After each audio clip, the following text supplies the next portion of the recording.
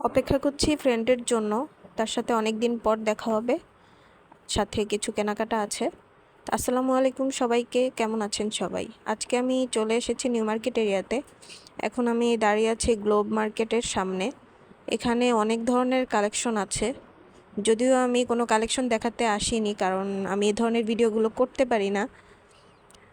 তো ফ্রেন্ড চলে এসেছে, ওকে নিয়ে চলে আসলাম নিউ মার্কেটে। নিউ মার্কেটেই মূলত আমাদের কেনাকাটা।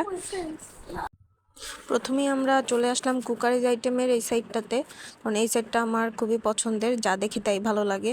আর এখানে তো অনেক ধরনের ওয়ালমেট আছে, পেন্টিং আছে, যেগুলো দেখতে খুবই ভালো লাগে। আমি এখানে আসলে দাঁড়িয়ে যাই, না কিনলেও এখানে আমার দেখতে হয়।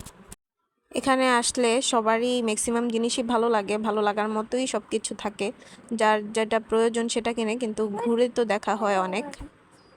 তো আমার তো পেন্টিংয়ের উপর অবসেশন, তো আমি বারবার এখানেই ঘুরে ঘুরে দেখছিলাম, আর আমার ফ্রেন্ড আমাকে টেনে নিয়ে যাচ্ছিল, কারণ কিনবো না যেহেতু, শুধু শুধু কেন দাঁড়িয়ে থাকবো, কিন্তু আমি তো দেখতেই ভালো লাগে। আর এখানে অনেক ধরনের কাঠের চামচ ছিল, অনেক শেপের ছিল, বাট নেইনি, কারণ অনেক আছে। তো এইখানে আমরা এদিক দিয়ে দেখছিলাম অনেক ধরনের জিনিসপত্র, দেখে দেখে আগাচ্ছি। তো আজকে তো ফ্রাইডে হওয়াতে অনেক মানুষ এসেছে।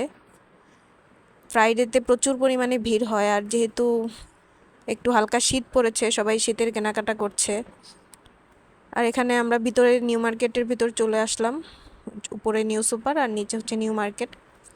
এখানে আমি আদনানের জন্য খেলনা খুঁজছিলাম, ও একটা বলের কথা বলেছিল, তো ওই বলটা আমি খুঁজছিলাম, বাট কোথাও এটা দেখাচ্ছিল না।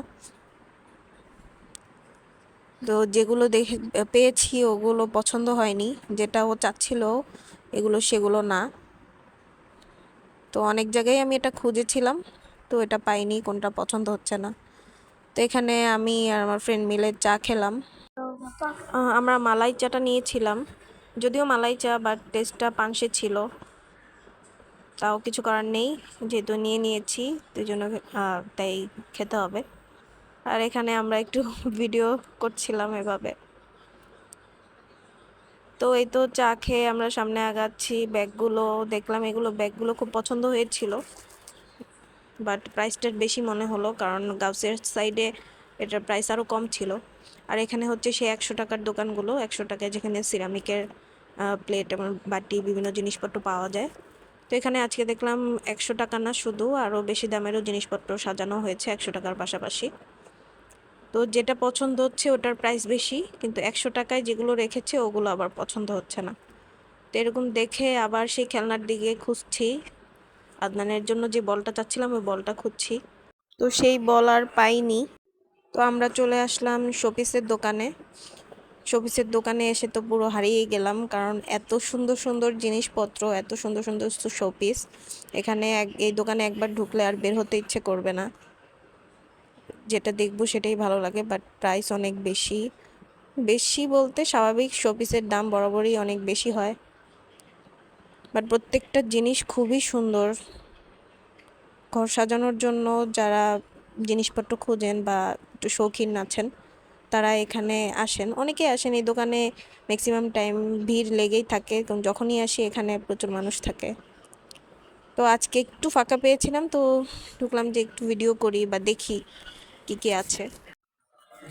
যারা ঘর সাজাতে পছন্দ করেন তারা তো জানেনই যে নিউ মার্কেটে ঘর সাজানোর এভরিথিং পাওয়া যায়, সব কিছু পাওয়া যায়। আর আমাদের টিস্যু বক্স খুঁজছিলাম আমরা, তো আমাদের এই টিস্যু বক্সগুলো পছন্দ হয়েছিল, মেটালেরটা প্রাইস চেয়েছিল 1400 টাকা। তো আমরা প্রাইস কমিয়ে বলেছিলাম, বাট দেয়নি। তো যাই হোক, আমাদের কেনাকাটা শেষ করে আমরা এখন বের হব। বের হওয়ার পথে প্রচণ্ড পরিমাণে ভিড় ছিল, মানে এত মানুষ, এই অবস্থা দেখতেই পাচ্ছেন।